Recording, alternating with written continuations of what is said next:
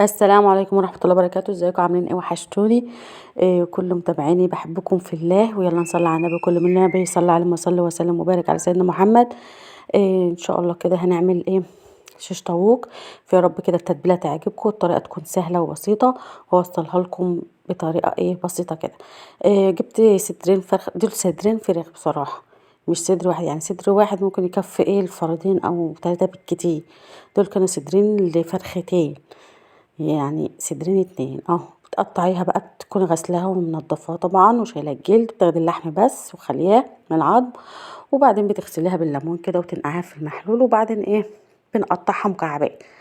بعد ما قطعتها بقى مكعبات هنعمل لها التتبيله اللي انتوا شايفينها كده. في البوله حطيت علبه زبادي، حطيت لو عندك معلقه صلصه ماشي، ما فيش صلصه يبقى البديل ليها كاتشب، كيس او كيسين او معلقتين لو عندك زيت، مع مستردة بقى، مع مايونيز، تمام حسب الكميه اللي انت عاملاها طبعا، ما فيهاش كميه حبات كده، مع بقى بهارات فراخ وكاري وبابريكا وملح وفلفل اسود، شعرة شطة، توم باودر، كل ده مع بعضه كده، وفلفل اسود، ونقلبه مع بعض مع حبة زيت. دي شعرة شطة اهي. طبعا الشطة اختيارية، شطة باودر، وبنقلب كله مع بعضه، وبعدين هنحط فيها الفراخ مع حبة خل وليمون.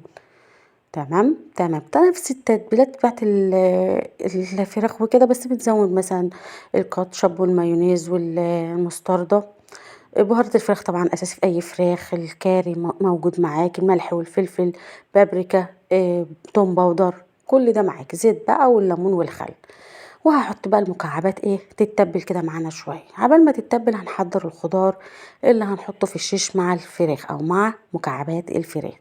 معاكي فلفل اخضر بقى، فلفل احمر، فلفل اصفر، مع بصل. الطماطم اختياريه، الطماطم مش اساسي، هو الفلفل والبصل. طبعا الفلفل الالوان بالوانه، والبصل برضو بتحاولي تقطعيه ايه مكعبات كده، لو كبيره بتقطعيها 2، صغيره بتسابيها على حلقه. بتقطعي البصلايه 4 كده. طبعا قلب البصلايه مش هيتاخد، ممكن تحطي برضو قلب البصل ده، او تعملي سلطه تحطي في اواخر الشيش كده. انا الطماطمايه دي اختياريه، انا ما كنتش هحط طماطم، بس انا قطعتها كده مكعبات، هحط في كل طرف ايه عود شيش كده واحده كده، تدينا ايه لون احمر. انا بحب اللون الاحمر في الاكل بصراحه. كنت عايزة احط طماطم شيري، بس ما كانش عندي طماطم صغيرة، فقمت ايه حاطة مقطعة مكعبات كده. هبدأ بقى احط الخضار بتاعي. طبعا بتحطي بقى حتة فلفل اخضر، بتحطي حتة الفرخة، حتة اصفر، احمر، بصل كده بالتوالي ايه بالتشكيل كده، تلاقي ايه عود الشيش معاكي ايه ملون كده مع الفراخ. بتحطي بقى من 4 ل5 حتت فراخ بايه بين الخضار كده. طبعا انا حطيت، ما عملتش في عيدان الشيش الخشب اللي وريتها لكم دي سخان بتاعه شوي بتاعه لحمه، بس قلت احسن يعني بصراحه، وحطيتها في الجريل وعملتها. انا على فكره هعملها في الجريل ومش هعملها في الفرن، هي ليها طريقتين، او هي اصلا طريقتها في الفرن كده. كنت خلصت بقى رص السيخ بتاعتي، وكملت التتبيله بقى احطها عليها كده، او اللي فاضل في البوله هحطها، ان احنا ايه الخضار بتاعنا كمان يتبل بقى مع الفراخ، وياخد ويدي كده، ويبقى كله ايه متطعم ومتحدق معانا. تمام، قولوا تمام. شايفين عود الشيش بتاعنا او سيخ الشيش بتاعنا بقى سيخ. جبت بقى الجريل بتاعتي وسخنتها كده، وحط نقطة زيت، تمام زيت بس والله، هحط زيت بس كده، وهبدأ ان انا اسوي ايش بتاعي. المفروض يتاخد يعني ياخد صدمة كده في الجريل، وبعدين بنرصه في صينية وندخله الفرن. انا مش هدخله الفرن، واسيبه في الجريل، وهقفل عليه واسويه في الجريل زي ما انتم شايفين كده. السخان دي طلعت طويلة على الجريل، فشلت الايدين بس الخشب بتاعتها وحطيتها زي ما انتم شايفين كده. هقعد بقى اقلب، تاخد اللون واقلب، تاخد اللون واقلب، لحد ايه ما تاخد اللون اللي انتم شايفينه الجميل ده من الاربع اتجاهات، ويديني بقى شكل المكعبات كده، ويبقى السيخ بتاعي ايه شكله تحفه. هي طبعا على نار عاليه، مش هنوطي، على نار عاليه عشان ما تنزلش السوائل اللي في الفراخ زي ما انتم شايفين كده. بقلب يعني كل شويه اقلب الشيش اللي ياخد لون، واللي بره خد لون ادخله جوه، واخد اللي جوه اخرجه بره كده. شايفين اللون التحفه اللي انتم شايفينه جميل؟ شفت بقرب لكم عشان تشوفوا كده. نقلت الجريل بقى على عين تانية عشان نشغل نعمل جنبها حبة رز، ما احنا مش هنعمل حاجة وتنينا واقفين لها.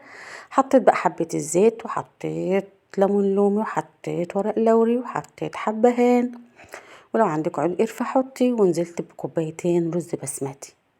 عايزة تعملي مبهر اصفر هتحطي الكركم او خلطة البسمتي، او خلطة الكبسة، اسفة، بهارات الكبسة هيديكي الاصفر المبهر. طب حطينا كده المية، طبعا المية بتبقى ضعف الرز البسمتي، يعني كوباية عليها كوبايتين مية سخنة. وبتحطي الملح وتسيبي. انا عملت ابيض وهلونه، يعني انا هعمل الملون معاكم دلوقتي، هو كده هيدينا اللون الابيض بس مش اصفر، خدوا بالكم. هلونه دلوقتي بالالوان ان شاء الله، الغذاء الملونه ده، وهوريها لكم. الجريل زي ما انتم شايفين كده كانوا التلاتة خدوا الوان، قمت حطيت التلاتة الباقيين.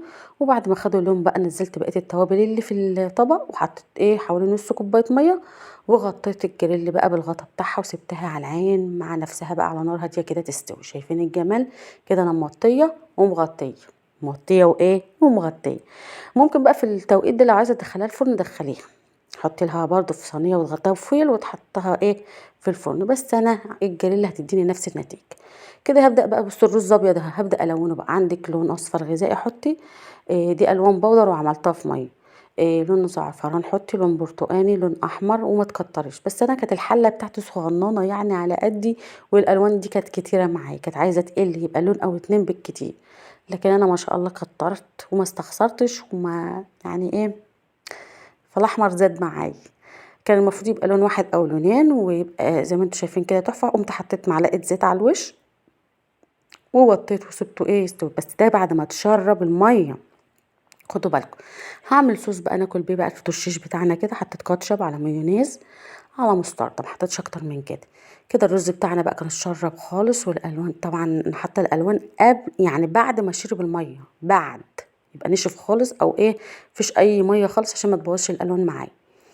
ده الصوص اهوت. هبدا اغرف بقى الرز بعد ما الالوان كده ظبطت. وزي ما انتم شايفين كده معانا الابيض، معانا اصفر، معانا برتقاني، والاحمر اهو. شايفين من تحت اللون الابيض الاساسي بتاعه اهو. فاداك اللون الملون ده. ممكن تعملي لون واحد لونين براحتك بقى. هنا كده حطيت الرز، وطبعا كنت ظبطت له ملح برضو، يعني حطيت على كوبايه نص معلقه ووطيت عليه وسبته كده. الشيش بتاعي كان خلص طبعا بعد ما شرب الميه بتاعته، واتاكد انه استوى. لو ما استواش زودي له ميه، يعني الميه دي بايدك انت. وكده كانت اكلتي خلصت، واستودعكم الله، والسلام عليكم ورحمه الله وبركاته.